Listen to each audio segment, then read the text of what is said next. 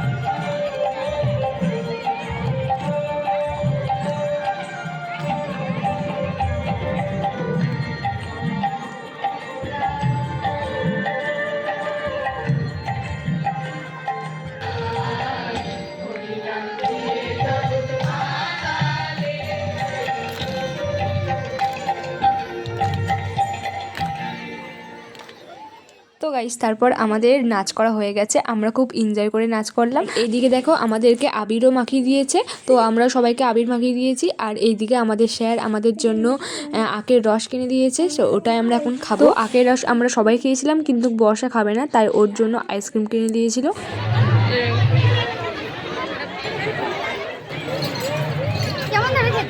তো গাইস, তারপর আমাদের খাওয়া হয়ে গিয়েছিল আর আমরা এখন বাড়ি যাব। তো আসার সময় আমরা একটা মন্দিরের সামনে এসেছিলাম।